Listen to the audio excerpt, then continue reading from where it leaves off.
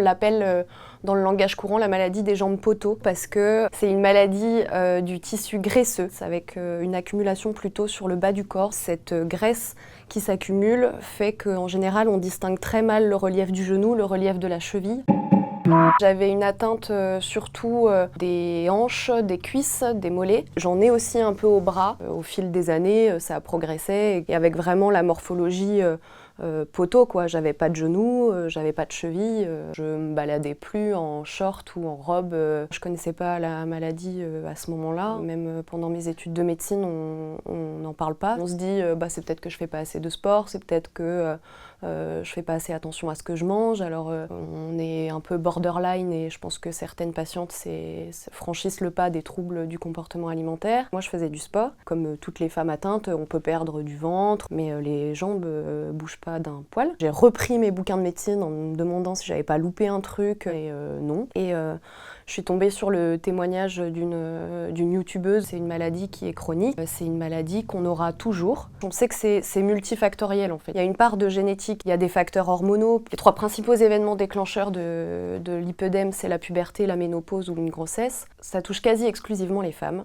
Les seuls hommes qui ont été décrits dans la littérature comme atteints de lipœdème, c'est des hommes qui ont des bouleversements hormonaux. Les estimations, c'est que ça toucherait environ 10% des femmes, donc une femme sur 10, c'est autant que l'endométriose. La première chose à faire, c'est de mettre en place ce qu'on appelle un traitement conservateur. C'est mettre pas juste des bas, mais vraiment des collants de contention. L'autre partie, c'est de faire des drainages lymphatiques manuels par un kiné. Il y a des femmes qui sont très soulagées, notamment par tout ce qui est sport aquatique, aquagym, aquabike, etc. Et c'est toujours bien manger et faire du sport, bouger pour équilibrer son poids. Ça réduit les symptômes. Ça guérit pas le lipœdème. En termes de coûts et de remboursement, on est sur à peu près rien. Il y a pas mal de patientes aujourd'hui qui se tournent vers une opération pour le lipœdème. Ça consiste en une lipoaspiration. On peut pas dire que ça guérit le lipœdème. On peut pas garantir que ça reviendra pas. On aura toujours cette prédisposition en fait. C'est pas de la faute des patientes, hein. C'est comme toute maladie chronique. On n'a rien fait pour l'avoir.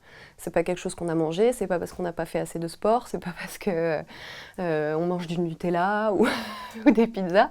Les pays où les femmes vont le plus se faire opérer, c'est quand même l'Allemagne, la Pologne, l'Espagne et l'Italie. Moi, je suis allée me faire opérer en 2022 en Allemagne. Parce qu'au moment où j'ai fait toutes mes recherches, on avait très peu de retours sur des chirurgiens français, en fait, finalement. Moi, je me suis fait opérer que des jambes, en 2 fois, comme ça se fait très souvent. En tout, 8,6 litres. C'est pas une petite opération. L'opération, elle n'est pas prise en charge. C'est par opération entre 3 500 et 9 000 euros. Oui, on a toujours peur que ça revienne et que ça ait servi à rien et de retrouver les difficultés de mobilité, les douleurs et tout ça qu'on a connu avant l'opération. On n'aura jamais des jambes de magazine et de mannequin. Ça reste des jambes qui sont reconstruites, réparées. Moi, je me trouve mieux maintenant qu'avant, mais il y a des femmes qui ont eu des complications de chirurgie ou même pas et qui ont du mal à accepter leur nouvelle image. Donc, je pense qu'il y a aussi un gros travail à faire sur soi. C'est une maladie qui a été décrite pour la première fois dans les années 1940. C'est une maladie qui est reconnue par l'OMS depuis 2019. C'est une maladie qui est prise en charge, diagnostiquée et opérée depuis de nombreuses années par de nombreux pays européens. Et que ça ne soit pas reconnu par la sécurité sociale, c'est un gros retard. C'est un fait que dans la recherche, les maladies de femmes, elles partent pas gagnantes, quoi. Et moi, je mets ça un peu en parallèle avec l'histoire de l'endométriose. Pendant des dizaines, si c'est pas plus, d'années, on a répété aux femmes que c'était normal d'avoir mal pendant leurs règles.